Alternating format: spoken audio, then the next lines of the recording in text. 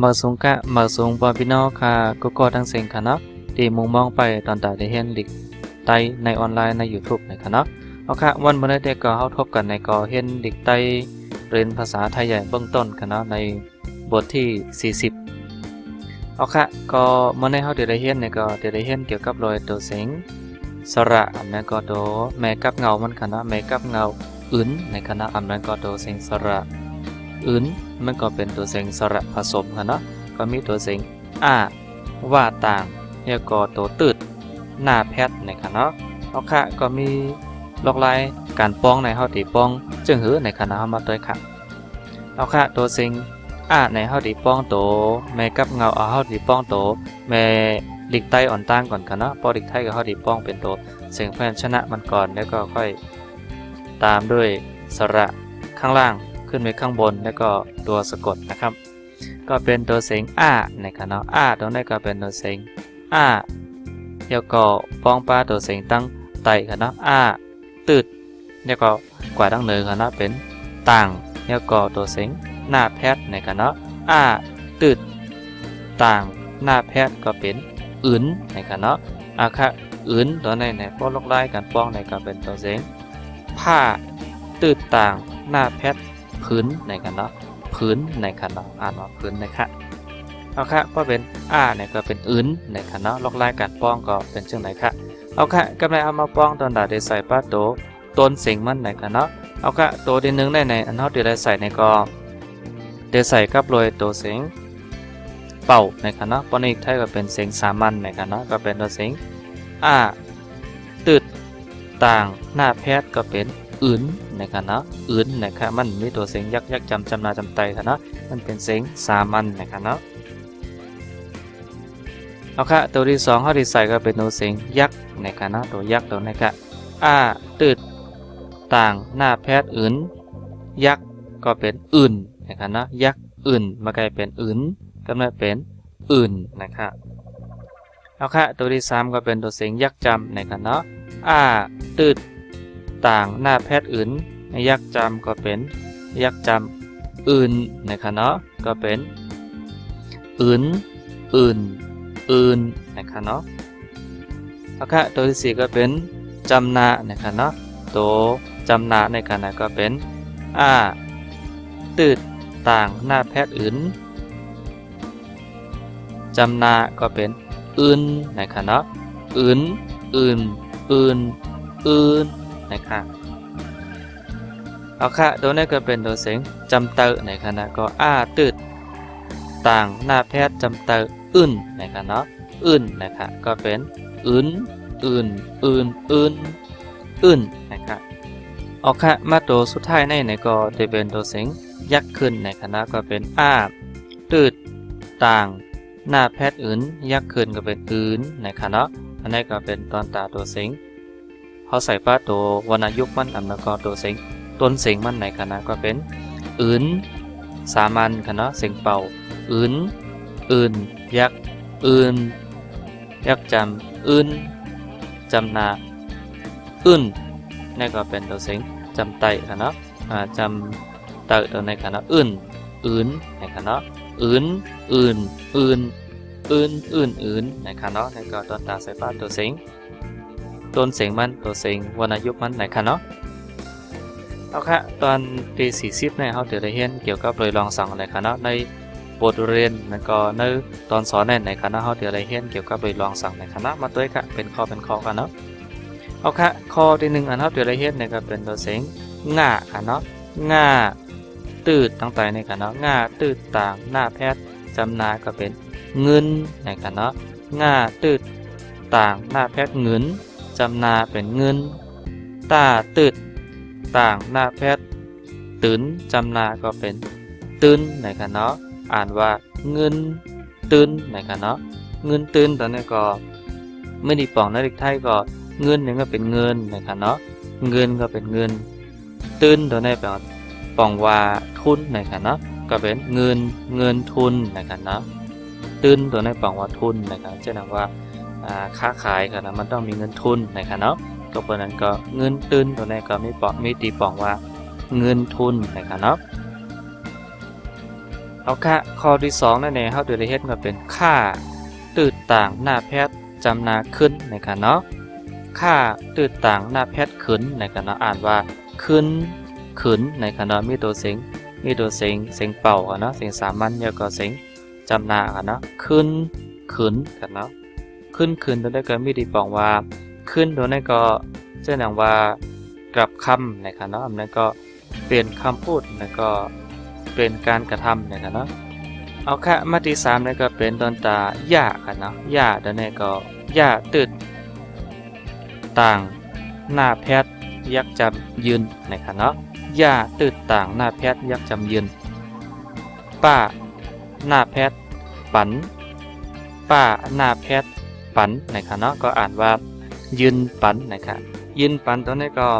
ประมาณตัวในหลีกไทยในก็เตรียมเหมือนกันนะยืนตัวนี้แปลว่ายืนปันตัวนี้แปลว่าให้ในกันนะเช่นว่ายืนให้ในกันนะมอบให้ในก็อะไรกันนะยืนให้มอบให้แปลว่ายืนปันในหลีกไทยยืนให้มอบให้ในก็อะไรกันนะเอาค่ะข้อที่4ก็เป็น5ตื้อต่างหน้าแพทย์จำนาเฮิรนขึ้นในกันเนาะ5ตื้อต่างหน้าแพทย์จำนาขึ้นในกันเนาะก็เป็นตัวเสียงขึ้นในกันเนาะหน้าแค่หนายักหนาในกันเนาะก็อ่านว่าขึ้นหนานะครับขึ้นหนาตัวนั้นในมีที่ปองเนื้อหลีกไทยกันเนาะตอนนั้นก็มาขึ้นตัวนั้นในปองว่าฉุนกันนะมันฉุนจึงว่ามีกลิ่นฉุนกันนะหนาตัวนั้นปองว่าเป็นคำเน้นพยางค์นะให้มันมีน้ำหนักเช่นว่าฉุนมากฉุนจริงฉุนมากนะครับนะเช่นว่ากลิ่นมันแรงนะครับนะกลิ่นมันแห้งมันดีนะในพน้องว่าขึ้นหนาเนี่ยขึ้นเต้ๆนั่นก็ขึ้นหนานะครับนะฉุนมากมีกลิ่นฉุนมากก็อะไรครับเนาะเอาค่ะข้อที่5เนี่ยก็เป็นต้าตื่นต่างหน้าแพทย์ยักษ์ตื่นย่าว่าแพทย์เหยาจำเตอเย่านะครับเนาะเขาอ่านว่าตื่นเย่าในตีปองในหลีกไทยก็ตื่นตัวในปองว่าตื่นเหมือนกันเนาะเย่าตัวในปองว่าตื่นแล้วนะครับเนาะแล้วในปองว่าเย่ากันเนาะตื่นแล้วนะครับเนาะเอาค่ะมาตัวในก็คอที่6นะครับเนาะก็เป็นตัวเสียงเอค่ะเนาะเอใส่มาแค่หมอยักหมอนะครับเนาะหมอง่าตื่นต่างหน้าแพทย์จำนาเงินมาต่างขาดแกนมีจำนามีหน้ามาแพทย์จำเตอนำต้าตึด2ยักจำตูหมอเงินมีนำตูนะครับเนาะหมอเงินมีนำตูครับทำมาตัวกันเนาะหมอตัวนี้เป็นบ่อครับเนาะเงินตัวนี้แปลว่าเงินครับเนาะหมอเงินก็แปลว่าบ่อเงินบ่อทองนะครับเนาะเพราะติเต้มันก็ได้เป็นนั้นครับมีตัวนี้แปลว่ามีครับเนาะนำตูตัวนี้เป็นจือตีเว้งนำตูในกันนะเมืองประเทศรัชฉานเป็นเมืองหนึ่งของรัชฉานกันนะมีชื่อว่าน้ำตู้นะครับน้ำตู้ในกันนะเป็นน้ำตู้ในกันนะบ่อเงินกันนะมีที่เมืองน้ำตู้ในกันนะอันนี้ก็เป็นข้อความมันค่ะเอาค่ะคอดีเจ็ดในกันนะคอดีเจ็ดในก็ล่าต่างขาดแกนลี5ตืด2จำเตอหู้ป้าตืดต่างหน้าแพทย์จำนาปืนกันเนาะค่าตืด2ต่างในค่ะเนาะพอมาตัวตีเปิงมันค่ะเนาะป้าตืดต่างหน้าแพทย์กันเนาะจำนาปืนค่ะเนาะอันนี้มีตืดเส้นเดียวค่ะเนาะอันนี้ก็เป็นค่าตืด2ในค่ะเนาะมันมี2เส้นค่ะเนาะค่าตืด2ต่างว่าแพทย์จำนาคือในค่ะเนาะต้ากายขึ้นจำนาไตในค่ะเนาะก็อ่านว่าหลีหู้ปืนเคอไตในค่ะเนาะเอาค่ะหลีหู้ในปองว่าควร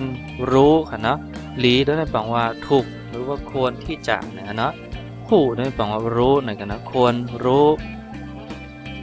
ปืนตัวในก็ไม่ได้ปองว่าเป็นประวัติศาสตร์ในค่ะนะประวัติศาสตร์ปืนตัวในค่ะเนาะเคอก็ปองว่าเป็นชาตินั่นก็เป็นเคอในค่ะเนาะชาติเคอไตเนี่ยบอกว่าชาติไทยใหญ่นะครับเนาะชาติไตนะครับเพราะฉะนั้นก็เปิดนั้นก็เขาใส่ไว้ว่าคนรู้ประวัติชาติ